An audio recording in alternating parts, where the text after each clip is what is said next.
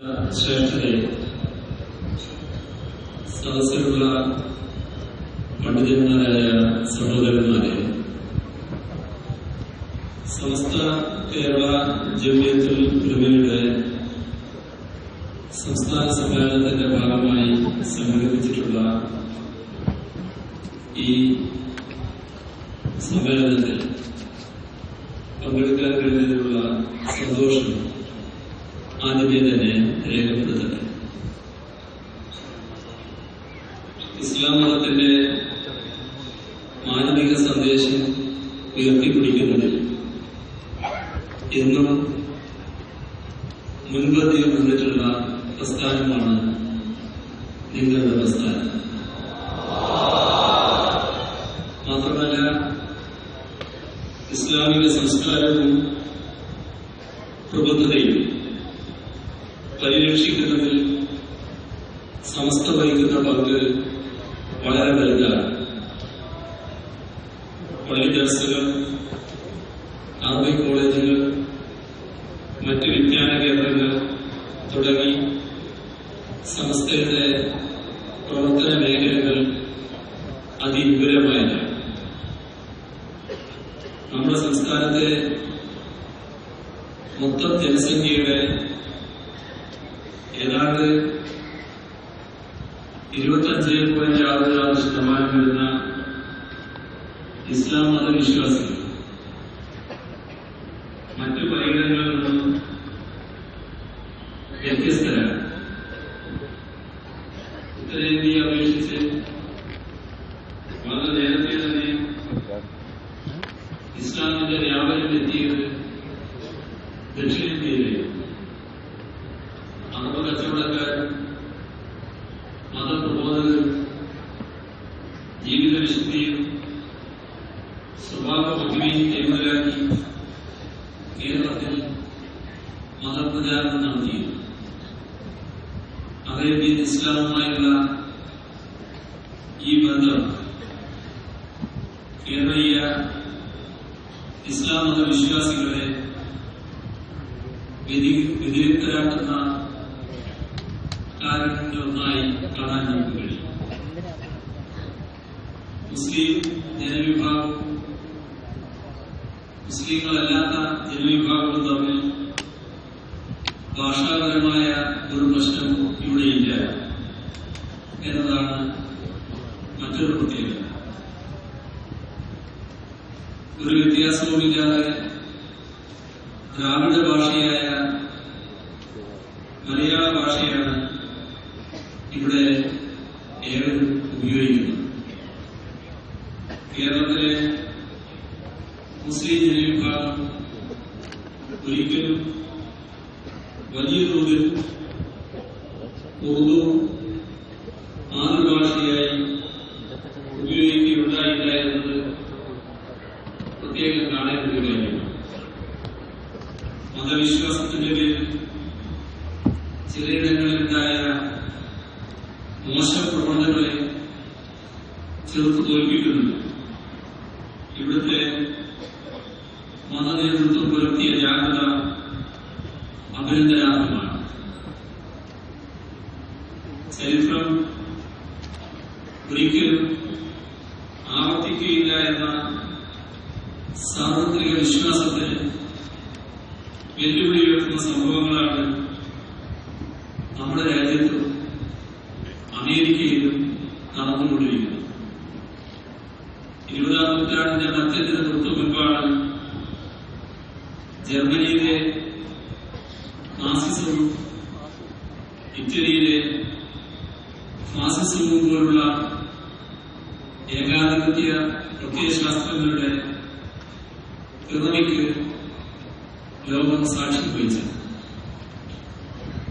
ഈ അധാർമിക പ്രത്യയശാസ്ത്രങ്ങൾ എങ്ങനെയാണ് അധികാരത്തിലെത്തിയത് എന്നതിനെ സംബന്ധിച്ച് നമുക്ക് ഏവർക്കും ഒരു സാമാന്യ വിവരവുമുണ്ട്. എന്നാൽ അധികമൊന്നും അറിയപ്പെടാത്ത മറ്റൊരു വസ്തുതയും ജർമ്മനിയിലെ ഹിറ്റ്ലറും ഇറ്റലിയിലെ മുസോളിനി അവരുടെ രാഷ്ട്രങ്ങളിൽ നിലനിന്നിരുന്ന ഭരണഘടനാനുസൃതമായ വ്യവസ്ഥിതിയിലൂടെ തന്നെയാണ് അധികാരത്തിലെത്തിയത്. അവരുടെ രാഷ്ട്രങ്ങളിലെ ഭരണഘടനാ വ്യവസ്ഥയുടെ ദൗർബല്യങ്ങൾ ഉപയോഗപ്പെടുത്താൻ അവർ ഇരുവർക്കും സാധിച്ചു. ഭരണകൂടത്തെ ഏകാധിപത്യത്തിലേക്ക് തിരിച്ചുവിട്ട അവർ സ്വയം ഏകാധിപതികളായി മാറുകയും ഇതിന് സമാനമായ സംഗതി ഇക്കാലത്ത് സംഭവിക്കുന്നത് നാം ശ്രദ്ധിക്കേണ്ടതാണ്.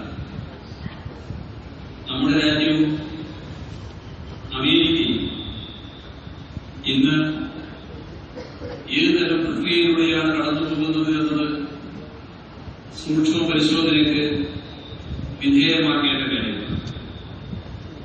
തങ്ങൾ RSS പശ്ചാത്തലത്തിൽ അഭിമാനിക്കുന്നു എന്ന് പരസ്യമായി പറയാൻ മടിയില്ലാത്തവരാണ് ഇന്ന് ഇന്ത്യ ഭരിക്കുന്നത്. അമേരിക്കയിൽ നിന്ന് എല്ലാ മുസ്ലിമുകളെയും തുടച്ചു നീക്കുമെന്ന്, മുസ്ലിങ്ങളെ അമേരിക്കയിലേക്ക് പ്രവേശിപ്പിക്കുകയില്ലെന്നും യുണൈറ്റഡ് നേഷൻസ് അടച്ചുപൂട്ടുമെന്നും ശല്യക്കാരായ മാധ്യമങ്ങളെ നിരോധിക്കുമെന്നും അമേരിക്കയുടെ 45ാം പ്രസിഡന്റായി സ്ഥാനമേറ്റ പ്രസിഡന്റ് ഡൊണാൾഡ് ട്രംപ് നേരത്തെ തന്നെ വ്യക്തമാക്കി കഴിഞ്ഞ കാര്യങ്ങളാണ്. ഇവിടെ ശ്രദ്ധിക്കേണ്ട ഒരു കാര്യം, ഒരേ സ്വഭാവത്തിലുള്ള ഈ രണ്ട് രാജ്യങ്ങളിലും ഭരണാധികാരികളായി വന്നിരിക്കുന്നു.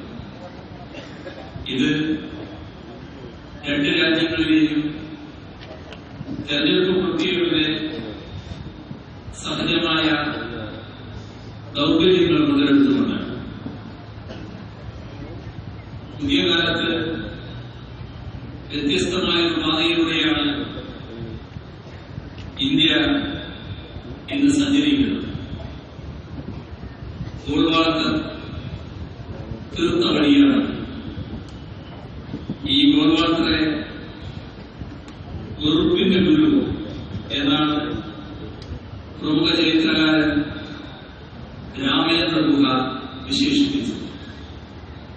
ഹിന്ദുത്വ രാഷ്ട്രീയത്തോടും ഇന്ത്യയുടെ ജനാധിപത്യ മതേതര ഭരണഘടന മാറ്റി പകരം മനുസ്മൃതി കൊണ്ടുവരാനുള്ള ശ്രമങ്ങളോടും പ്രതിജ്ഞാബദ്ധമാണ് കേന്ദ്രത്തിലുള്ള ഭരണ സംവിധാനം. എതിർപ്പിന്റെ ശബ്ദത്തെ അവർ ഭയക്കുന്നു. ജനാധിപത്യമല്ല, ഏകാധിപത്യമാണ് അവരുടെ ഇഷ്ടവിഷയം. അതാണ് വ്യത്യസ്ത അഭിപ്രായമുള്ളവരുടെ തലയെടുക്കാൻ അവർ ആഹ്വാനം ചെയ്യുന്നു. മതത്തെയും രാഷ്ട്രീയത്തെയും കുറിച്ച് ഒട്ടേറെ തെറ്റിദ്ധാരണകൾ നിലനിൽക്കുന്ന ഒരു കാലമാണ്. മനുഷ്യന്റെ അത്യാഗ്രഹവും പ്രതികാര ചിന്തയും ക്രോധവും നിയന്ത്രിക്കുകയും സഹാനുഭൂതിയും സമാധാനവും വളർത്തുകയുമാണ് മതങ്ങളുടെ പ്രാഥമികമായ ലക്ഷ്യം. മതഭ്രാന്തിനും പരസ്പര വിദ്വേഷത്തിനും അക്രമത്തിനും ഉദ്ദേശിക്കുന്നതല്ല മതം. ഇവയെല്ലാം തന്നെ മതത്തിന്റെ അടിസ്ഥാന മൂല്യങ്ങൾക്ക് എതിരാണ് എന്നതാണ് പരമാർത്ഥം. മാനവികതയുടെ അടിസ്ഥാന പ്രമാണം സഹാനുഭൂതിയാണ്. അതുകൊണ്ടാണ് ദരിദ്രർക്കും വിധവകൾക്കും നിരാലംബർക്കും വേണ്ടി സ്വന്തം സമ്പത്ത് വിനിയോഗിക്കണമെന്ന് മുഹമ്മദ് നബി തന്റെ ശിഷ്യന്മാരെ നിരന്തരം ഉപദേശിച്ചു. പാവപ്പെട്ടവരെ ചൂഷണം ചെയ്ത് സമ്പത്ത് മുങ്ങുകൂട്ടുന്നതിനെതിരായി പ്രവാചകനായ മുഹമ്മദ് നബി പ്രവർത്തിച്ചതുകൊണ്ടാണ് മക്കയിലെ നാട്ടുമുക്കന്മാർ മദീനയെ ആക്രമിച്ചത്. ഖുർആന്റെ മതദർശനം സമഗ്രമായ മാനവിക ദർശനം തന്നെയാണെന്ന് അതിന്റെ ശ്രദ്ധാപൂർവമായ വായന നമ്മെ ബോധ്യപ്പെടുത്തും. മാനുഷിക സമത്വത്തെക്കുറിച്ചുള്ള അത്യുന്നത പാഠങ്ങളാണ് അത് പകർന്നു നൽകുന്നത്. ഖുർആന്റെ മൂലാധാരങ്ങൾ നീതി, നന്മ, അനുഗ്രഹം, വിവേകം എന്നിവയാണെന്നും അങ്ങനെ നോക്കിയാൽ യുദ്ധമല്ല സമാധാനമാണ് ഇസ്ലാമിന്റെ അടിത്തറയെന്നും കാണാൻ കഴിയും. സഹകരണത്തിന്റെയും നന്മയുടെയും വാതിലുകൾ ഖുർആൻ മലർക്കെ തുറന്നുകൊടുക്കും.